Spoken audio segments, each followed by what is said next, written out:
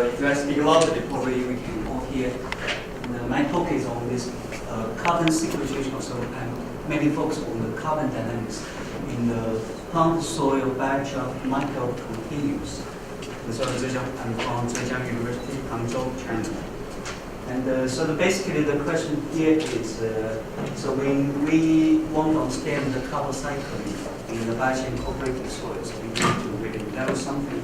First is how the biochar incorporated affect the native soil carbon mineralization, which is the primary phase. Second, we want to know the microbial community change is involved mechanisms. Third, we also want to consider the planting of system and to see how the carbon traced from atmosphere to the soil microbe. So based on these three questions, and the first one is how the biochar induced soil organic carbon mineralizations. And the question really is the biochar, we all know that it going to soil can enhance the carbon storage. Meanwhile, it might cause the native soil organic carbon faster mineralization, which is positive primary effects or negative primary effects. So we want to know whether positive or negative, and the extent and the duration of this biochar-induced primary effects. And there was a very controversial debate that dates back to 2009, and there was one paper published in Science, and it raised some comments, response, and based on that, and what we did is we sampled the soil from Rosenstadt longer than 100 years, and with 2 points and different pHs, and we want to see the soil pH effects and the biochar effects. And we conducted the incubation experiment using isotope to separate the biochar mineralization and the soil organic carbon mineralization. And what we found here is the low temperature produced biochar caused larger positive primary effects compared to the high temperature produced biochar and exerted less positive primary effects.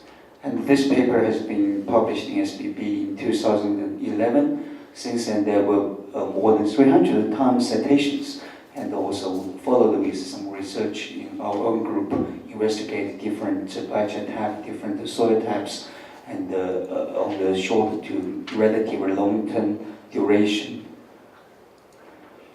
And this is one case that we sampled the soils across the whole country of China, and we want to see the soil properties has any effects on the biochar-induced primary effects. And what we found is most or nearly all of the soils and was induced by biochar with positive, faster mineralization.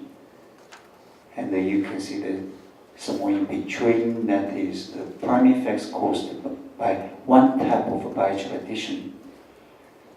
And the mechanisms we attribute to two mechanisms, and depending on the soils and the biochar themselves. And the one is the co-metabolisms, and the other one is professional utilizations when the biochar contains relatively low biocarbon for microorganisms to utilize. And so these two mechanisms we raised, and based on our CO2 results. And so this raises this another question is how the microorganisms do in the biochar amended soils, why they cause different mineralization and in both biochar and the soil organic carbon. And to answer these questions, our hypothesis is the biochar has very good structure, pore size, and the nutrients. So when we incorporate the biochar, the microorganisms go into the very structured areas, and they utilize the carbon and the nutrients there, and they sleep there, grow up, and also mineralize organic carbon. This is conceptual, and we raised roughly 10 years ago. I still like it. And to demonstrate our hypothesis, and here is some SEM images, and what we found is it's very clear and direct image to show that the microbial colonizations in the biochar surface areas. And we can roughly guess there's some fungi, hyphae, and this actinobacteria, but we don't know and exactly which family or which genus even, and they belong to. Thus, we demonstrated our hypothesis. First, we did is the FT-SM mass, and because we believe that certain available carbon nutrients can be utilized. So the FT-SM mass demonstrates that there are certain labile carbon components which potentially can be used by microorganisms. And the SEM-ETS also coupled to demonstrate that there are some nutrients, and especially the alkaline elements can be utilized and potentially can be utilized. And how they can be utilized, or which microbial group utilize them, and we did the PFA-SIP, and they try to understand the microbial group utilizing the biochar carbon. And what we found is basically the positive, gram-positive, and actinobacteria is the main utilizers, and in the biochar mediated soils, which use the biochar carbon. And then we did the DNA-SIP, and to try to find the decomposer and the direct link this carbon to the microbial phylum.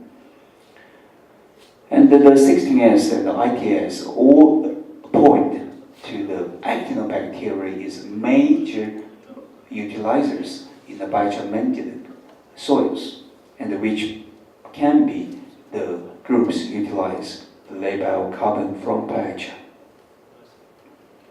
And thus, we coupled the community structure and the carbon dynamics, and we raised this conclusion, which is this biochar incorporated into soils, and it mineralized itself. It will depend on the temperature.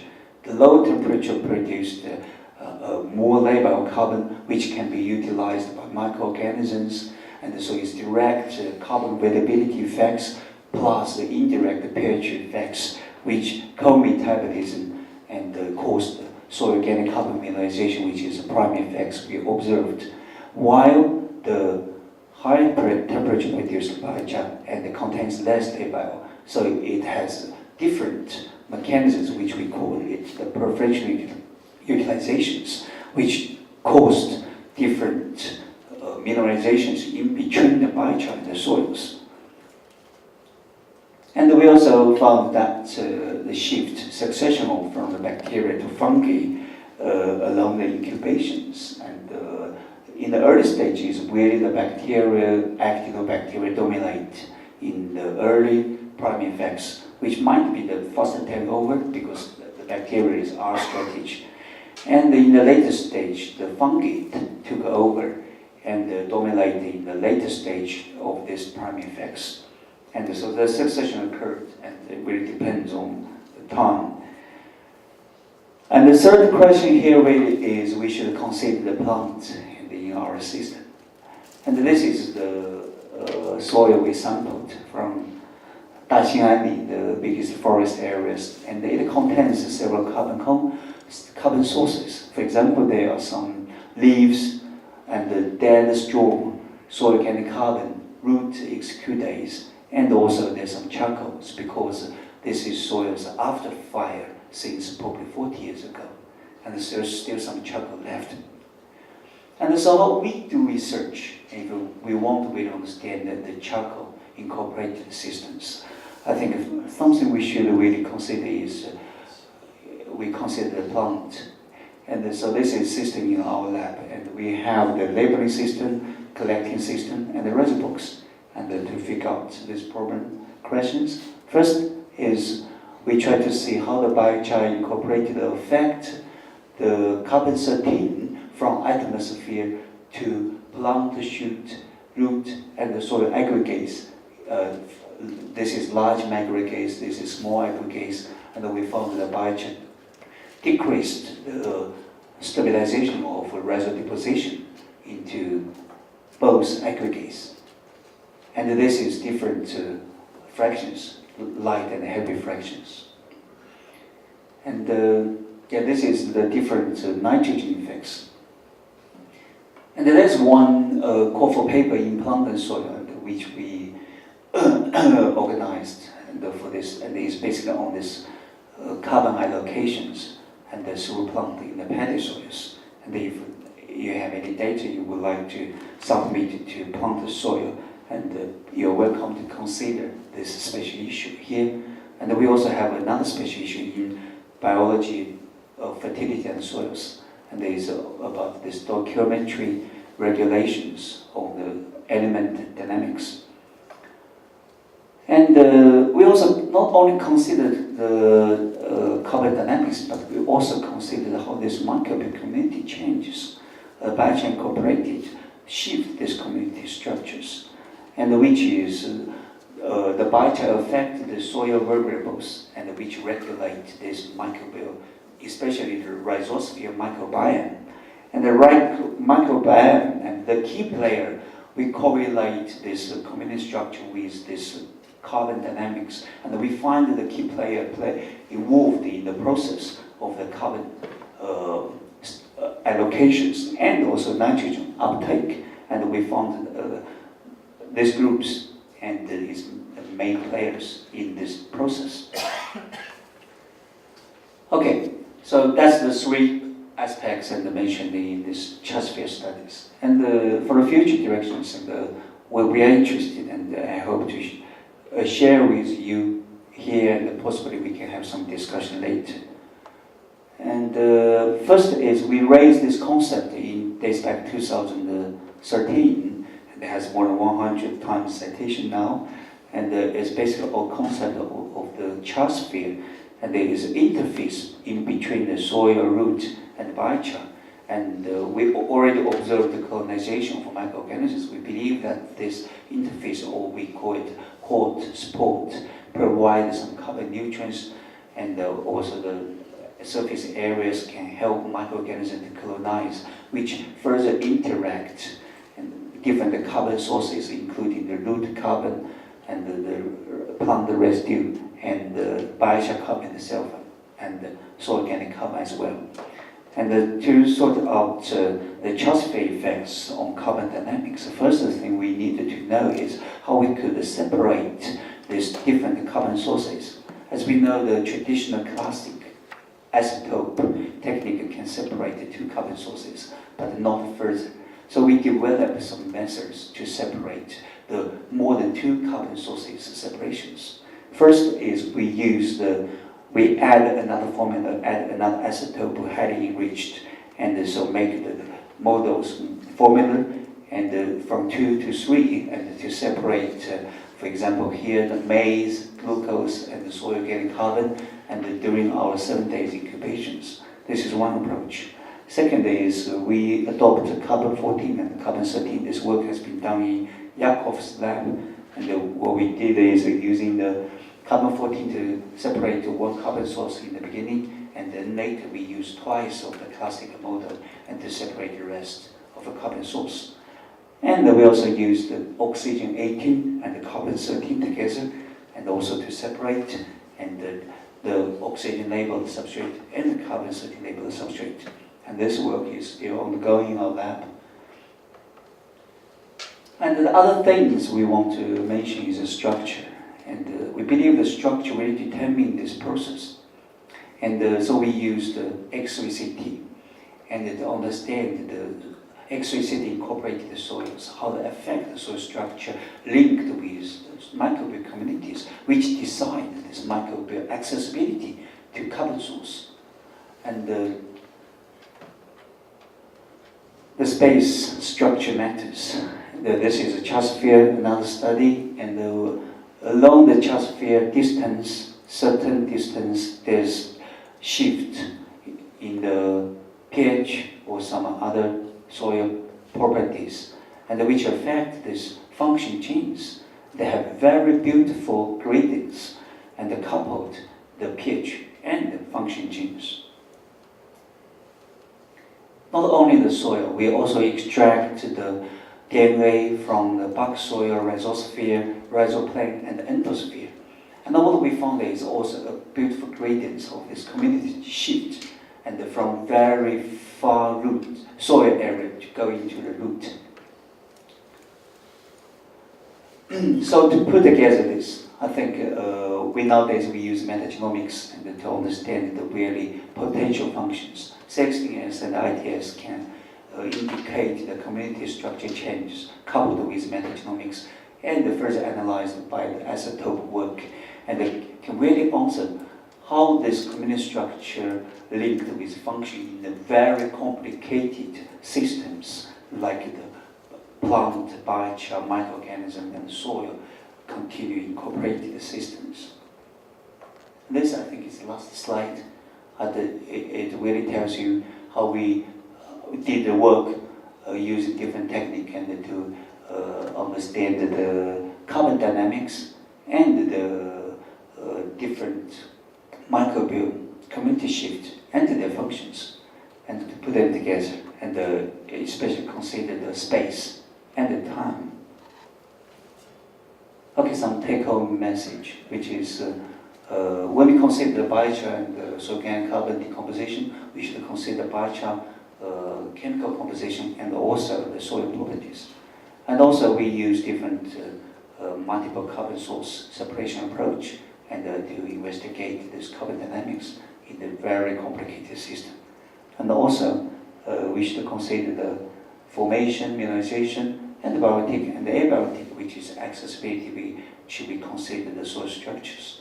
And when we consider the study in carbon dynamics and the plant, soil, microorganism, biochar incorporated systems. And thank you.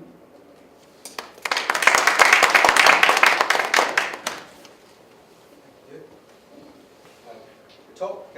Any questions? We have time for a few questions. Thank you very much. It's a great presentation. I like that word pioneers and long halo. That's a great acknowledgement. In relation to the positive priming effect, you indicated that biochar produced at low temperature caused higher positive priming effect compared to one produced high temperature. And you contributed that to the labile carbon or disorganized carbon. I'm wondering that you know very well that by adding nutrients, you can cause positive priming effect. Nitrogen is a good example. So I'm just wondering the factors other than soluble carbon, because by adding biochar, you are adding a lot of nutrients also.